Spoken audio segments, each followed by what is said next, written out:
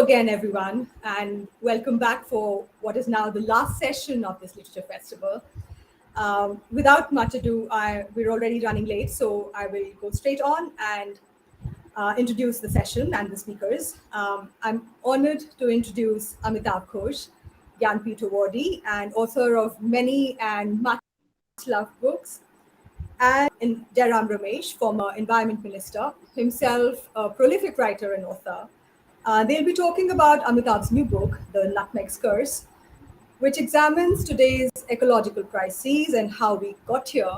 I'm hoping their conversation will also touch upon how we might be able to get out of here. So it's over to you, JAIRAM. Thank you very much. And I'm delighted to be in conversation with AMITAV Ghosh, author, writer, historian, social anthropologist, commentator, analyst, and what have you. Author of multiple books, and latest, of course, which we are discussing this evening, is The Nutmeg Curse. Amitav uses the nutmeg to weave a story around the multiple ecological crises that is confronted by the world today. So let me begin immediately by asking Amitav. Amitav, there is a cotton curse. There is the coal curse. There is a curse of, any resource. What is so special about nutmeg that you use this to make the larger point on the ecological crisis that is confronting the world? Let me say, first of all, that it's a great pleasure to be speaking with you, JAIRAM. It's a privilege, really. And it's wonderful to be with the Kasoli Festival again. Khushwant Singh was someone I knew, not really well, but he's someone I admired very, very much. So it's wonderful to be speaking with you on this occasion. So what is special about the nutmeg? Well, the first thing about the nutmeg is that it goes back this is a history that goes back 400 years. And I've just used it as, an illustration of what you might call more generally the resource curse, And we've seen this happen more and more often now across the world. I mean, the nutmeg was something that brought, that was endemic to this tiny group of islands in the Banda archipelago, in the far eastern reaches of Indonesia. It's literally a tiny group of islands, I mean, the largest of them is like 2 miles long. But these islands were blessed with this incredible tree, which for millennia brought them great prosperity, wealth. They were a very enterprising trading community, the Bandanese. And then in 1621, the Dutch tried to impose a monopoly on them, and because they wouldn't agree to it, they were literally wiped out, exterminated. I mean, thousands were killed, others were starved to death, the rest were enslaved. And I think, there's really a sort of analogy with today. I mean, we look around the world today and think, oh my goodness, we are so rich. We have iPhones and iPads and, all sorts of gadgets and this and that. And yet, what is really happening behind us, as you know all too well, JAIRAM, is that the Earth itself is sort of now changing so rapidly and dramatically that we can't really foretell what's going to happen to us. Yeah.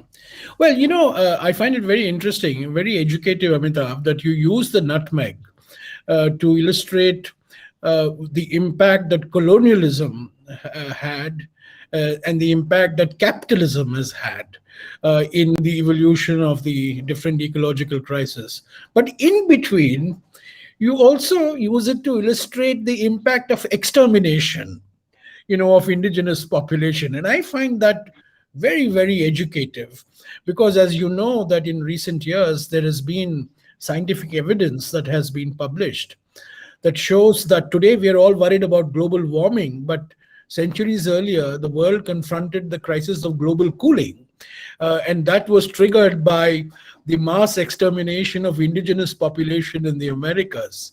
You want to say something about, the extermination aspect, which is often forgotten. We talk about colonialism and we talk about capitalism, but we tend to, overlook this phenomenon of extermination, which in fact had a profound impact on climate change in the past few centuries. Yes, well, that's something that I find really fascinating.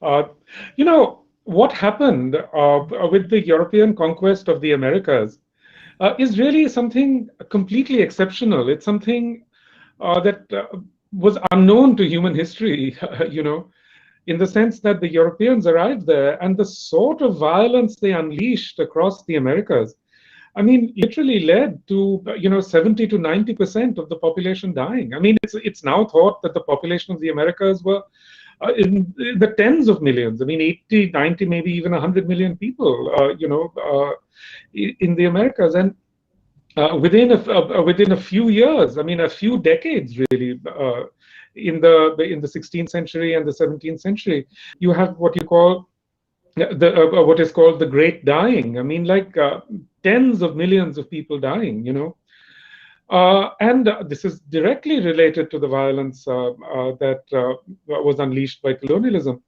So, what happened is that large tracts of land, which had previously been cultivated and lived upon, reverted to forest. So it's thought that there may have been a kind of reverse greenhouse effect, which sucked a lot of carbon dioxide out of the air, and thereby, created a form of cooling. Now, this hasn't been proved or anything, and there are lots of arguments about it. I think what's likely is that there was a natural cycle of cooling, and that was exacerbated by this mass dying, and this mass, something like that. But in any case, it's certainly the case that the 17th century was a time of enormous global tribulation, the Little Ice Age. In Europe, you have these terrible these wars, the 30 Years' War. You have the English Civil War. You have in Russia great upheavals. In China, the Ming dynasty collapses amidst incredible bloodshed. Actually, the one part of the world that came through the 17th century Little Ice Age relatively well was India. And the reason for that is really because of the foresight of the Mughals, who created these great granary systems. They created, public works, which kept people occupied. It's a quite remarkable thing. You also make the point, Amitav, which is contemporary relevance. We're doing this Zoom conversation because of the COVID-19 pandemic. And you make the point that the spread of pandemics was inherent in the process of extermination. That extermination was a planned biological warfare on the part of the Europeans.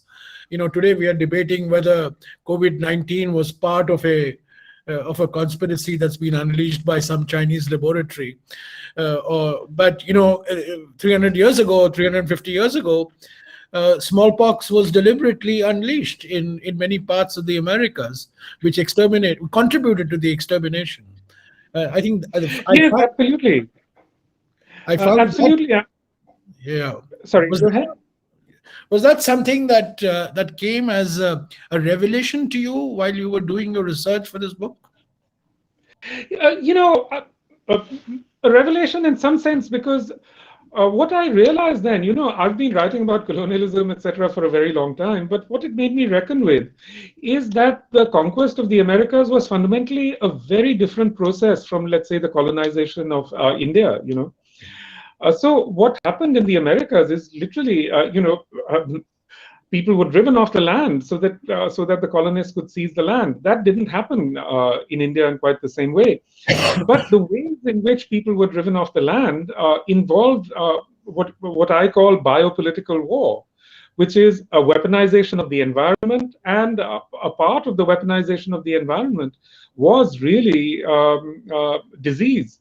The unleashing of diseases, and a lot of the unleashing of diseases was done quite deliberately, by the introduction of smallpox, but also by herding, Native Americans into reservations, into small areas where, of course, the disease spread even faster. So, it was literally a process of biopolitical war. And I think if you look at climate change today and the ways in which it's affecting people, it is in many ways comparable. It's a kind of biopolitical war that's been unleashed, especially upon the poor, the global poor. And So in that sense, biopolitical war yeah. also implicates Asian elites. So let me ask you the inevitable question, Amitav. To what extent do you draw lessons for the current debate that is taking place globally on climate change, loss of biodiversity, and all the other problems that we are facing on the environmental front? What's the lessons that you draw from your research and from your historical writing, not just in this book, but in other books as well, where you have talked about the environment, but situated it in the context of our historical experience in different continents. So, what's the lesson you draw for today's debate that we are having? See, as you know very well, Jairam, I mean, you've been dealing with these issues for a long time. When we speak of climate change generally, it's always in terms of technology, in terms of administrative measures, in terms of creating technological solutions, and so on. I think for me, the fundamental difference between the way that I look at this issue and the way that most technocrats and climate scientists and so on look at it is that for me this is an issue that's profoundly rooted in history. Yes. In certain patterns of history and patterns of colonialism and so on, which go back a long, long way, go back to the 17th and 16th centuries. That's why I start with the question of the nutmeg. But I submit to you that it's actually the case that most people in Asia look at it the way that I do. I mean, if you go out on the street in Delhi and say to someone, you're being affected by climate change. Why don't you? Are you willing, therefore, to shrink your carbon footprint? The first thing that they will say is, "Why should I do it? Let the West do it." They got rich when we were poor. They got rich by colonizing us. Now it's our turn. So from an Asian or African perspective, this whole issue is completely grounded in geopolitics. So whereas the West sees this as a technocratic problem, I think most Asians in the global South, this is completely perceived as a problem of history, as a problem of colonialism. But Amitav, let me just give you the other side of the argument. I mean, this argument that people who have contributed to the problem historically should bear the burden of rectifying the situation is an argument that has been made by India, by China, by African countries, and by what you call the global South. However, the point remains that we are the countries that have the maximum vulnerabilities, to climate change. Take India, for example. We have the monsoon, we have the glaciers, we have the forests, we have the coastlines. We have multiple vulnerabilities. So is it really right on our part to say, you polluted the atmosphere, you put carbon dioxide in the atmosphere, now it's our turn? Because really, we are facing the brunt of the problem, not so much the Americans or the Europeans. So there is a balance to be drawn between fixing historical responsibility in a meaningful manner and doing something on your own, even though you may not have contributed to the problem. And this is the dilemma that India faces, does it not? I completely agree with you. I think there are two aspects to this. One is the global problem of justice, and the other is the problem of how do you mitigate? How do you create some kind of resilience and sustainability? Because, actually, Jairam, when you're using the term we, especially in the Asian context, we have to ask who is the we? Yeah. Because in fact, the people who are running, these policies in India or Indonesia or wherever, what they have decided to do in relation to their countries is exactly the same as what the West is doing to the rest of the world. Yes, Basically, we are just sacrificing our poor. We've just decided that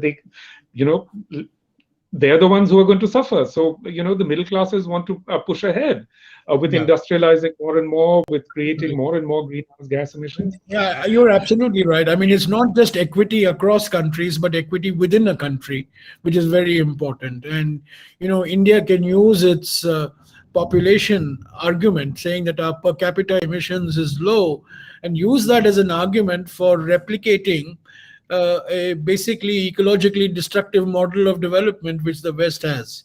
Yes, you're That's absolutely right. absolutely that's absolutely the case, because when we middle class urban Indians have carbon footprints that are actually no less than that of an average American, or whatever.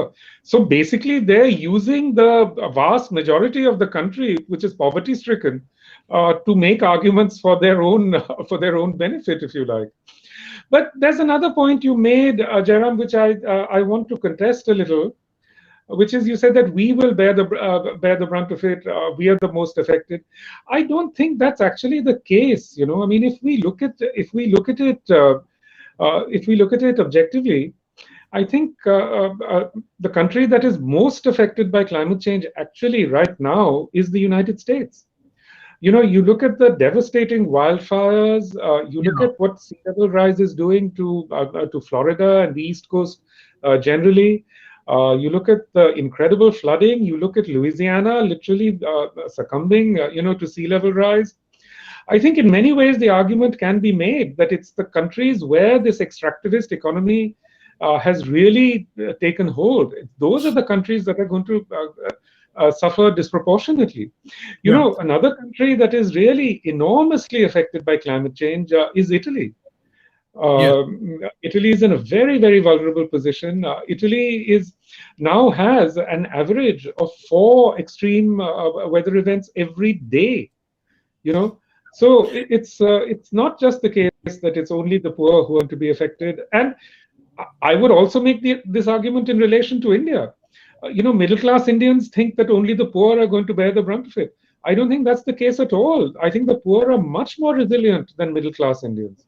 Yeah. You just take the example of a possible cyclone hitting Mumbai. Who will be able to leave? Yes. Who will be able to evacuate? The Yeah. working class will leave because they all have connections with Ratnagiri district and so on. They'll take the trains. They know how to take the trains and leave. It's the middle classes who will stay on. They're not going to leave their apartments and their cars and whatever.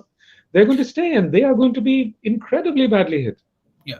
Amitav, some years ago, the Stockholm Resilience Center came out with the concept of planetary boundaries. And I thought about this as I was reading your book, because the title of your book is Parables from a Planet in Crisis. Of course, climate change is only the most talked about and the most headlined of the planetary boundaries that we have crossed. But there are others. There's the ozone depletion, there's the ocean acidification, there's the loss of biodiversity, there is aerosols, there's pollution, there's chemical contamination. So, we have these multiple crises that we are confronting. In your experience, in your reading of history, do you see any way forward other than global collective action to deal with these issues? Because it seems to me that this ecosystem issue is one in which one country alone can't make a difference. It all, either a region or the globe as a whole, has to come on a common platform, and that's easier said than done, is it not? Yes, you're absolutely right. I mean, for me, one of the things that's most worrying, actually, 2 or 3 things. I mean, it's the brown cloud over India. Yes. The aerosol cloud that covers now the entirety of the Indian subcontinent. So no matter where you are, you're profoundly affected by that aerosol cloud, and that aerosol cloud is also interfering with the monsoons. But the other thing that is really, really worrying for me are these dead zones, in the Arabian Sea and the Bay of Bengal. These dead zones are growing very, very fast. You just take the Bay of Bengal. The Bay of Bengal supports hundreds of millions of people, hundreds of millions of livelihoods are directly dependent on it, especially in terms of fishing and so on. And now, you have these oxygen depleted zones, enormous oxygen depleted zones where no living thing can survive. So, people who've depended on fishing for a living for generations, they're going to lose their livelihoods. Already that process is underway. So, I do think, though, that with the Arabian Sea and the Bay of Bengal, there can be regional negotiations. There can be some kind of regional bodies, which get to work on this. Just stopping the flow of fertilizers and so on into Well, the Bay of Bengal is such an I tried when I was environment minister to get a joint forum on the Sundarbans going between Bangladesh and India. I'm afraid I didn't. I mean, it didn't. That didn't survive my departure as minister, because, as you know very well, 60% of the Sundarbans ecosystem is in Bangladesh, and the balance is in India. But the problems are, identical. Similarly, when we are talking about the retreat of the Himalayan glaciers, India has to work with Pakistan, has to work with Nepal, has to work with Bhutan, and most importantly, it has to work with China. There's a lot of commonality of interest. What's happening in Tibet is something that threatens not just China, but it threatens the entire Himalayan ecosystem and a system of climate and circulation, in our region. So I think maybe one of the points that you make. I mean, certainly, I think the regional action is not as visible today. We either have countries doing individual actions, or we talk of global initiatives, and global initiatives have their own problems because we have to get 193 countries together. So maybe I think we should introduce a regional window for addressing some of these environmental issues. Well, Jairam, I mean, you have extensive experience of that. So let me ask you a question. What were the roadblocks you kept running into when you tried to create, let's say, a regional cooperation? Well, it was completely political, Amitav. It was completely political. I mean, I tried to get an initiative going with Pakistan on trans-border pollution. I tried to get an initiative going with Nepal and Bhutan and China on the glaciers, and of course on the Sundarbans. So it didn't. As I said, it all depends on the political climate. It depends on on the state of diplomatic relations at that point of time. So we were not able. I was not terribly successful. One of the few models I was able to put in place was the eco restoration of Mount Kailash, in Mansarovar. This is a tripartite initiative between India, China, and Nepal. But I could do that because ICIMOD, which is the International Center for Mountain Development in Kathmandu, took the initiative. So, here was a international organization doing what is essentially a regional intervention. I think politics is a huge problem. SARC as an entity doesn't exist. Bilaterally, we don't have discussions with the Chinese or the Pakistanis anymore. So I think this is where our problems arise. That take the Indus Treaty, for example. We signed the Indus Treaty in 1960. It was based on a partition of the ecosystem, but the environmental issues today that the Indus ecosystem faces requires joint action by India and Pakistan, which is completely unrealistic. I mean, as we are speaking, India and Pakistan are playing cricket in Dubai, but that's the extent of interaction we are having. It's absolutely catastrophic what you say, because actually it's very much the case that we desperately need cross-border cooperation on all these issues. And in fact, the terrible thing is the politics is getting worse. India especially has now become sort of really isolated within the region, I would say. In some ways, I would say our neighbors have actually done better than us. Because, say, Bangladesh, for example, I mean, they educate their people about climate change. They have all sorts of climate resiliency programs and so on. And really, we, as well as the world, have a lot to learn from Bangladesh in relation to climate change, I think. That's very interesting because in recent months, Bangladesh has, of course, got international headlines for its economic growth and for the growth in its per capita income and its exports. But very few have actually talked about the lessons that Bangladesh offers to the region and to the rest of the world on environmental management. So could you just explain on this? I mean, what are the takeaways from the Bangladesh experience?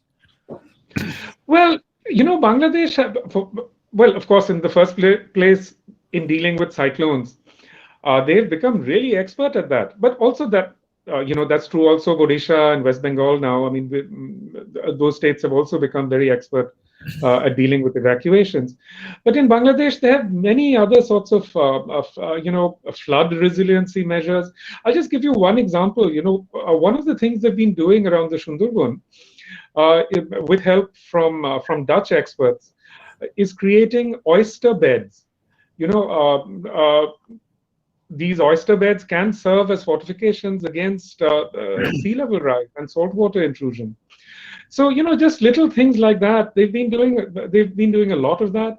Also, Bangladesh has many sorts of climate change education programs, outreach programs. They've been really a sort of a leader on that. But of course, it's because they're also extremely vulnerable. Are you aware of any other countries whose environmental track record gives you some hope that we can address some of these problems? Well, there's Costa Rica. Costa Rica has been very forward-leaning on climate change and have done very good things. But of course, I mean, in a country like India, we can hardly model ourselves on Costa Rica. That's really but we not can have 1,000 Costa Ricas within India, no? That would be the argument. I mean, we can have. I mean, Bangladesh is a large enough country, but certainly we can have local communities like Costa Rica. What about India itself, Amitav? I mean, what gives you hope in the Indian experience that some of these issues can get addressed meaningfully? Well, I think Goa is a good example. In Goa, the banning of mining. Who would ever have thought that would actually come about? But it did come about, and it came about largely because of young Goans, who became very politically active. And I think they've, now there's another movement, a large environmental movement within Goa to protect Goa from various kinds of environmental impacts, especially extractivist industries like mining and so on. And I think those are encouraging things.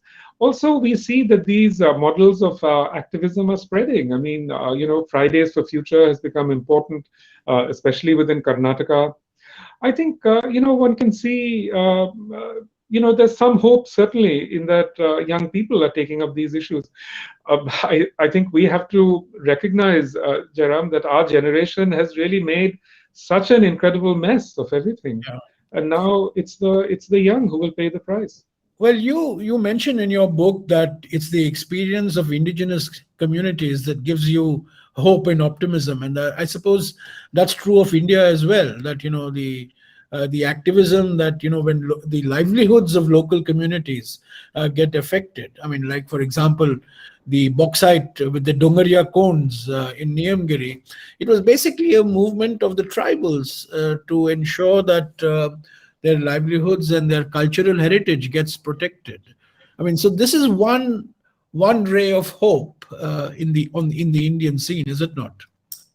Oh, very much so. But let's not forget that during the Niyamgiri thing, it was very fortunate that you were environment minister at that time. One of the point that you make repeatedly is that these environmental problems that we are talking about really devastate livelihoods. I think that message, unfortunately, is still not, it's not a preponderant message in the Indian context. We'll still look upon, if we do something on the environment, it will affect employment, it will affect investment, it will affect jobs, it will affect GDP growth. But the message that you are saying is that actually eco-destruction impacts on livelihoods of people, livelihoods of the poor. I think that message has to be really part of the public discourse and the political discourse. Do you see that happening at all? I see exactly the opposite happening. I Yes. mean, even the sorts of measures that, you know, in Niyamgiri, for example, the measures that were put in place during your tenure, they've all been reversed. Yeah. Really, I mean, look at the way in which central India, the forests are just being opened up for coal mining. Yeah. You know, it's kind of horrifying, really, because and if you talk about it, the first thing people say is, well, if you don't do it, how will you have development? How will Yes. people have jobs? But the absurdity of this is, for whom is this development? I mean, after all, the coal mines will benefit a small group of crony capitalists, basically. You know, whereas hundreds of thousands of forest dwelling people will completely lose their livelihoods. They will lose their livelihoods. They will be shunted off into basically what are reservations, on the sort of American model. They'll be shunted off there. They will have no way of sustaining themselves. They'll lose their own sustenance. And actually, the forest people are the ones who keep the forests alive and healthy. Yeah. So there will be complete ecological devastation in those regions. Let And me this is suggest to happening not you. just in.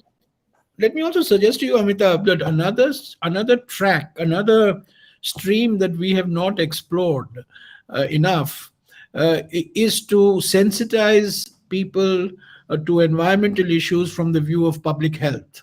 I mean, if we look at environmental issues not as environmental issues per se, but as issues that affect public health, maybe we'll end up getting more political traction, from governments and from the middle classes and from the decision makers. The reason why pollution has become a huge issue, at least in Delhi and in the urban areas of India, in the last couple of years, is because of the visible impact it's having on public health. So I think issues like deforestation, biodiversity loss, climate change, if the idiom of communication and sensitization is through public health, perhaps we may get a larger consensus for action. And would you would you agree with this? I would love to agree. I feel that the rising consciousness of pollution in Delhi certainly is a good thing. But look what it took to bring that rising consciousness about. I mean, essentially, Delhi has more or less the worst air quality in the world, and Yes. yet people just carry on as though it were nothing. You Yeah. know, People just sort of ignore it. And in fact, you remember even 2 years ago when that Sri Lankan cricketer was throwing up on the cricket pitch, people were accusing him of just acting. You know, I mean, people have become so numb, so callous, to the ecological catastrophe that has befallen Delhi. Uh, And especially not just Delhi, but a large part of northern India.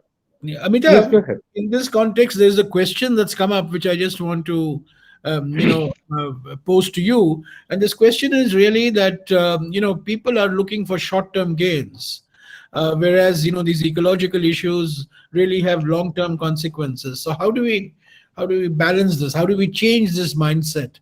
How do we get people thinking that these are long-term consequences, but they overweigh the short-term gains that may accrue to us? This is a question that's come, so I thought maybe you want to address that. Yes, absolutely. Our ancestors, they thought not in terms of what they stood to gain, but really what they could do for their descendants 7 generations on. We have completely lost that mindset. Today, we just think, till the end of the of the stock market cycle. How do we change this? I really don't know. When you look at it in that way, it seems almost overwhelming. I just think that we have to really abandon this entire mindset that arises from colonialism, essentially colonial capitalism starting in the 17th century. That's why my book begins with the history of the nutmeg, because the history of the nutmeg really really illustrates the processes by which a certain kind of modernity really creates this suicidal, omnicidal urge, you know. Does Gandhi have any answers, Amitav? Of course.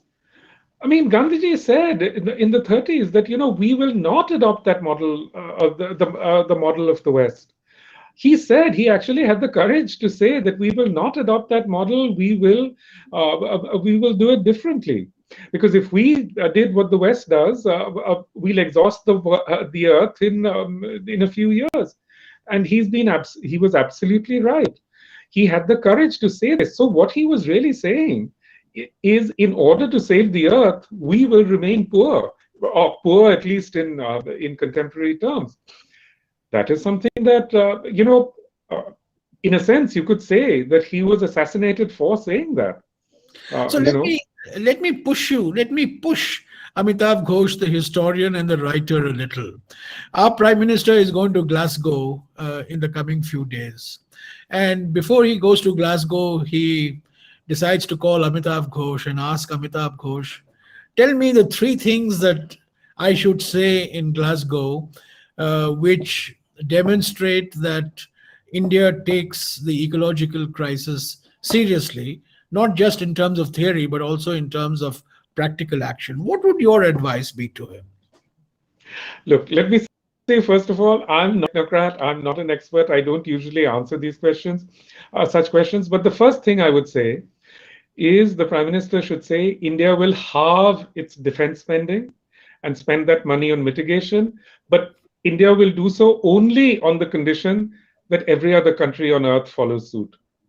Because defense spending is really it's the elephant in the room that nobody talks about. Well, I think one of the unique features of your book is that you really bring in the armaments industry as very much an essential part of the colonial and capitalist enterprise, And of course, you draw attention to Priya Satya's book, but the armaments industry and the military spending has had great impacts on ecological issues as well.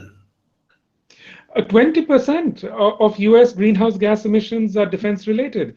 And I think that number is actually very small. I think the actual number is much, much bigger than that, because, this number doesn't even take into account emissions in relation to manufacturing, defense manufacturing and production, and so on. So, when we talk only about technocratic solutions in relation to alternative energy and so on, we are really just ignoring the huge elephant that's in the room. In this period, since the Paris Agreement, the world agreed to create, or the rich countries agreed to create a fund of 100 billion. Not even a tenth of that came through. And in that same period, increased the defense spending across the planet increased by more than 1 trillion.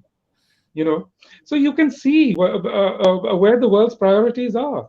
I feel sad to say this, but in fact, I think it's increasingly clear that the world is preparing for war in relation to climate change. Amitav, there's a question from Ankan Mukherjee, and who takes this point forward and says that would Gandhi's views not be seen as extremely regressive and anti-Indian development?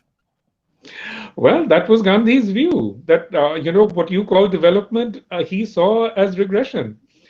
Of course, Gandhiji paid for his views with his life. Today, it's almost inconceivable for any politician anywhere in the world to say that, we will tighten our belts, we will get used to a smaller style of life. But let's not forget that Jimmy Carter said this in the 1970s. And for that, he lost the elections.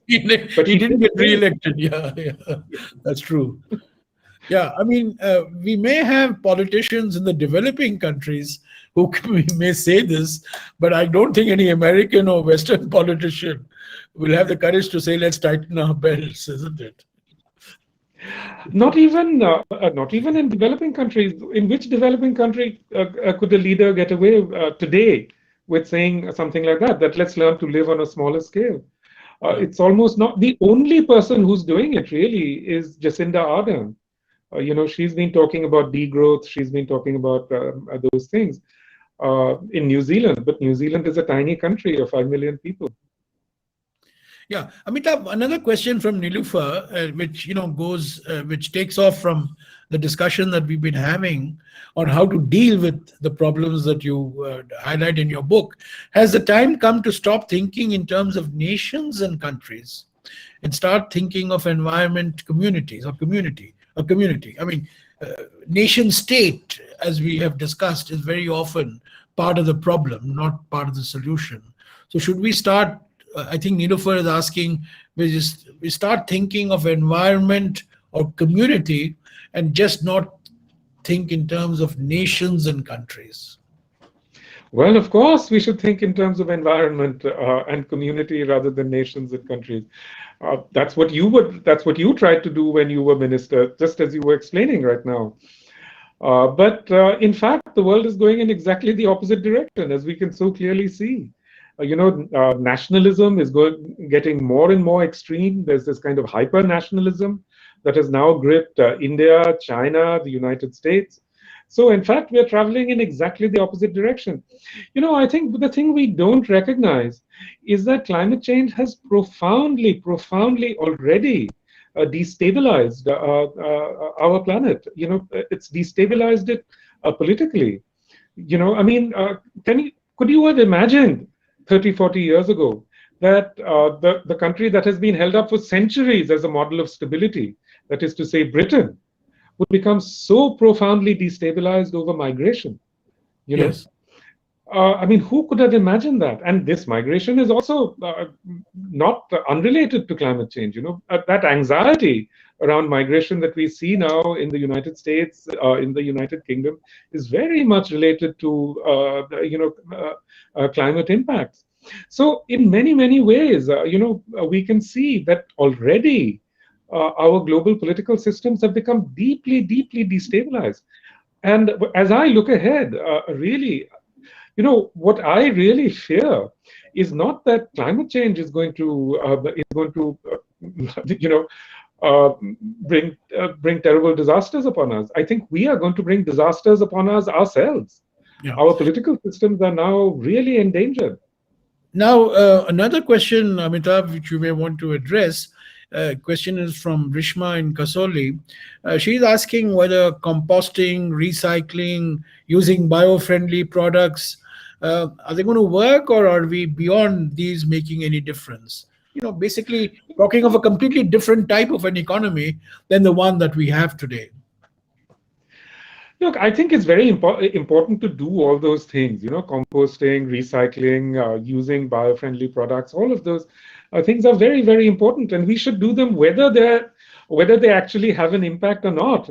These are very essential things. One very basic thing that India could do is what Bangladesh did years ago, that is ban single-use plastics.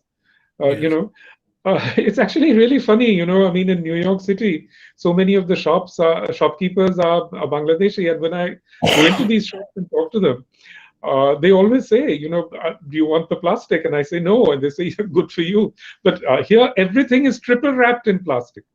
It just breaks your heart to see it. Why? You don't need all this wretched plastic.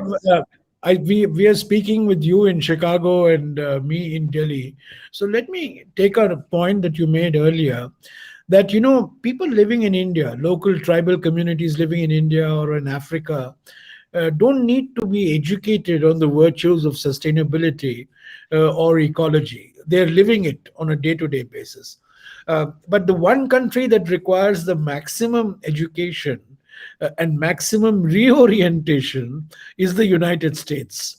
What do you see are the prospects for this new thinking in the US?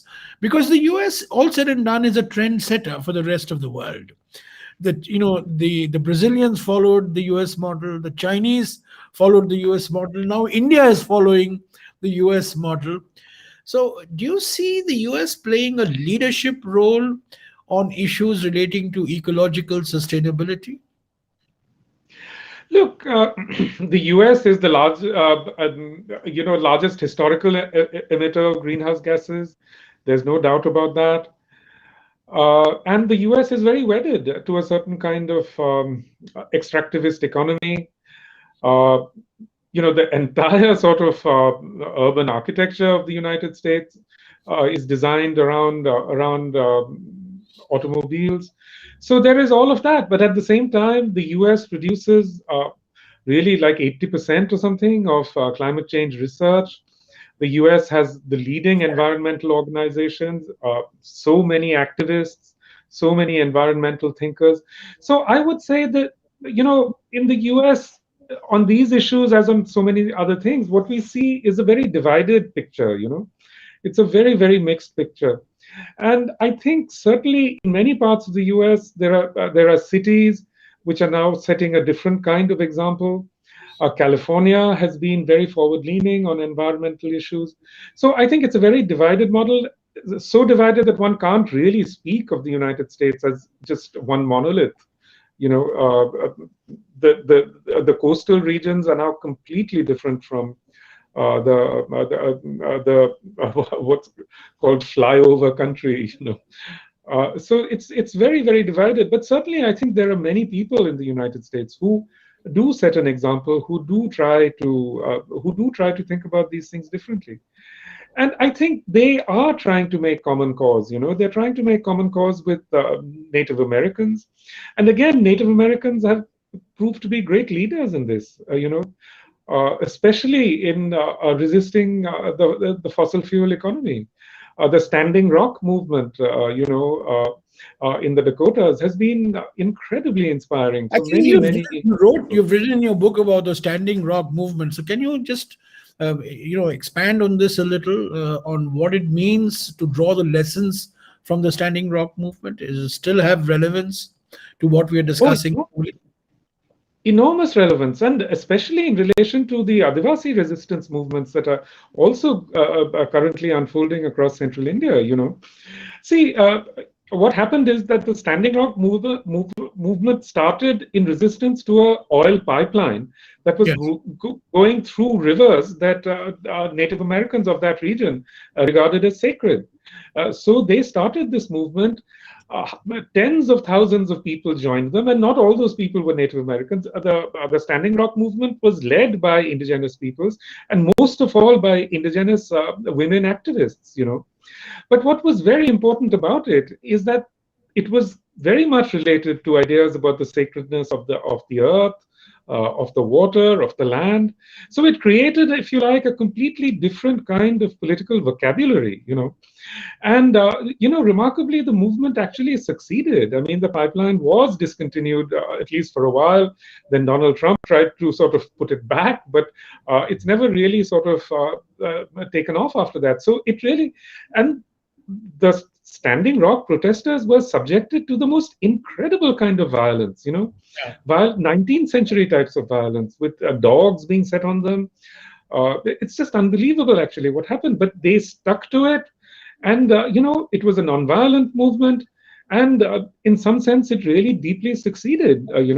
Similarly, last year in Virginia, indigenous people led another movement against oil pipelines. And again, they managed to have the pipelines cancelled. So I do think we have to look at those movements, Well, we've had the Chipko movement, the Silent Valley movement. We've had the Narmada movement. I mean, some very successful movements, also incidentally, which have been led by women and which have, been anchored on women activists. So we also have a couple of successful examples from our own recent history, no? Very much so, very much so. And, I often remember when I was in college and so on, my contemporaries, especially the scientists among them, became very engaged with many of these environmental issues. You will remember, I'm sure, the People's Science movement. Yes. India was very much a leader in that. I mean, so many people that I knew became activists. From doing science, they went on to doing people's science. They moved to places like Hoshangabad and so on. And And that still continues. So I think in India, we do have an infrastructure for creating, if you like, a sort of commonality between, a middle class, educated, scientifically educated people, and especially with indigenous groups. I might mention in this regard, Ashish Kothari, he has Yes. his group called Vikalp, and they do really amazing work. There's Debal Deb, the plant scientist and a seed collector, who's been really saving so much of India's rice seeds, the many varieties. So there are people across the board who've been doing really incredible work, and that has to be recognized. Well, Amitav, there's one, somewhat of a scientific question, but I'm sure you've dealt with this as part of your research into history over the last couple of years. And this is a question that's come from Brazil, Germaine in Brazil. And she asks that what about the theory that the tilt of the earth is responsible for global warming and nothing we can do that can mitigate it? I mean, this is part of that argument which sort of says that it's not human activity that has caused global warming, but there's one school which believes that there are natural cycles to cooling and warming. There are theories like there's a tilt of the earth. So these are all part of that argument, but you must have studied this, and when you come up unequivocally with your conclusion that's ultimately human activity that has induced global warming and climate change. So how would you respond to this? That's not my conclusion. And of course, I'm not an astronomer or an astrophysicist or whatever.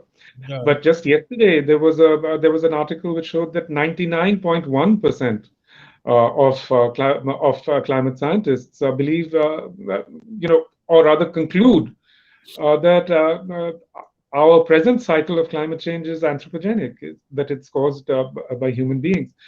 Where 99.1% of informed people and climate scientists and so on come to this conclusion, I don't see how I could possibly disagree. And even the remaining 0.9% of people, their studies have been completely disproved. So what can I say? Amitav, one thing that really struck me after reading your book is that the Indian experience on colonialism is so very benign as compared to what the Americas went through, what the indigenous people in the Americas were subjected to. We crib and we cry and we, agitate over our colonial encounter, but that's been relatively, it didn't have exterminating impacts in India of the type that, you've written about in the Americas, isn't it? It's very true. I mean, what the Americas and especially what Africa experienced under colonialism, with enslavement. Also, yeah. I mean, it's a different scale of things. But what happened in India was also incredibly terrible. I mean, just as I've written about nutmeg, one very good example, which I've been writing about for a long time, is opium. If you look at the opium growing regions where the East India Company started growing its opium for export to China, this area was actually Purvanchal, that is to say, Uttar Pradesh and Bihar. And just like the nutmeg resource curse, these areas to this day are suffering from the opium resource curse. Actually, there have been studies which show that in opium-growing districts, every indicator of development remains to this day really bad. So, this area, Eastern UP and Bihar, was historically the richest, the most productive part of India. Today, they're the poorest, most backward part of India, and they've become an incredible political burden, really, on the country. All of that is traceable, really, to the impacts of colonialism. So, colonialism was devastating for every place, but it was particularly devastating of course, for Native Americans and for Africans. Let me ask you one other question in this cross-cultural context. Is the Indian way of dealing with indigenous people and its tribal population fundamentally different from the European way? I mean, can we take a little credit in the fact that we have not seen extermination in India, in the Indic civilization, while dealing with the Adivasis, for instance, of the type that the Europeans indulged in the Americas or in Africa, for that matter? Historically, there was a sort of symbiosis between the, let's say, the lowland populations and forest people. And it was a symbiosis created by both, because the forest people, of course, were perfectly capable of resisting. I mean, like the South Isles did and so on, perfectly capable of resisting, plains people. And that pattern persisted, for a very long time. And I think forest peoples were protected, even within independent India, for several decades. But that process has now completely fallen apart. I mean, the sort of language you hear in relation to forest people in India now is absolutely the settler colonial language. Yes. They're called backward, they're called underdeveloped, they're called superstitious and pagan. And this, I mean, these horrible, horrible terms. It's like we are just completely mimicking settler colonial language and settler colonial ideas. Yeah. It's kind of ghastly to see this mentality spread across urban India. Amitav, I think we have 2 minutes left, and so I think in the initial part of our conversation, you were talking about how the middle classes in India were replicating the resource-intensive, energy-guzzling, biodiversity-destroying economic model, which was adopted by the West as part of capitalism. So here's a question that has come from a gentleman called Arun G. What should the middle class role be? What should the middle class be doing? Look, capitalism is not just one thing. The Anglophone model of capitalism is quite different from, let's say, from German capitalism or South Korean or Japanese capitalism. These are very different things. The Anglophone model is founded upon the idea that you have a vast landmass from which you can endlessly extract. So this is the model that comes out of settler colonialism in the Americas, in Australia, and so on. But in other countries, let's say Japan and South Korea, the East Asian model famously is not resource intensive, it's labor intensive. That's a different model. We could perhaps have moved towards that model, but since 1990, essentially the Washington Consensus made the settler colonial model of capitalism the global ideal. And we've now not just adopted it, but we are frenziedly running down that path. But Amitav, don't you think, sorry to interrupt you, but don't you think that China also has followed the Anglophone model? It's not really in the East Asian mold, but it's more in the US mold. Don't you think so? Isn't your reading of China? China is certainly, but China is also a contradictory case. I mean, they've set apart a huge part of the country for basically rewilding. To preserve the natural ecosystems. They've actually set apart percentage-wise more of the country than any other place in the world. So the Chinese model is very contradictory because they've also become the global leader by a long shot in renewable energies. So it's a contradictory model, but also within the Chinese model, there's a greater focus on questions of inequality and so on. Not to deny by any means that it's it's become an extremely extractivist kind of economy, not just within China, but also globally. I mean, look at what they're taking from Africa, So yes, I mean, there's no doubt that China has also significantly adopted these extractivist forms of economy. Let me go back to Prime Minister addressing Glasgow, and I'd asked you 3 things of Amitav Ghosh's advice to him, and you gave only one. You said the first thing that he should say, and I thought that's a great suggestion, by the way, that India would halve defense spending. I mean, that was your first big announcement you would have the Prime Minister make. What are the other 2, Amitav? Let me ask you, Jairam, since this is the No, question that I'm interests me. I'm What in would yours be? with you, not vice versa. I am asking No, no, you. we're in conversation with each other, and you've addressed these issues at a political level. So, but what would your suggestions be? One of my, since you asked me, I'll tell you. One of my suggestions would certainly be that you leave the forests alone and ban, coal mining or the expansion of coal Yeah. mining in the forest. You see, my problem, Amitav, is that Prime Minister will say all the right things in Glasgow.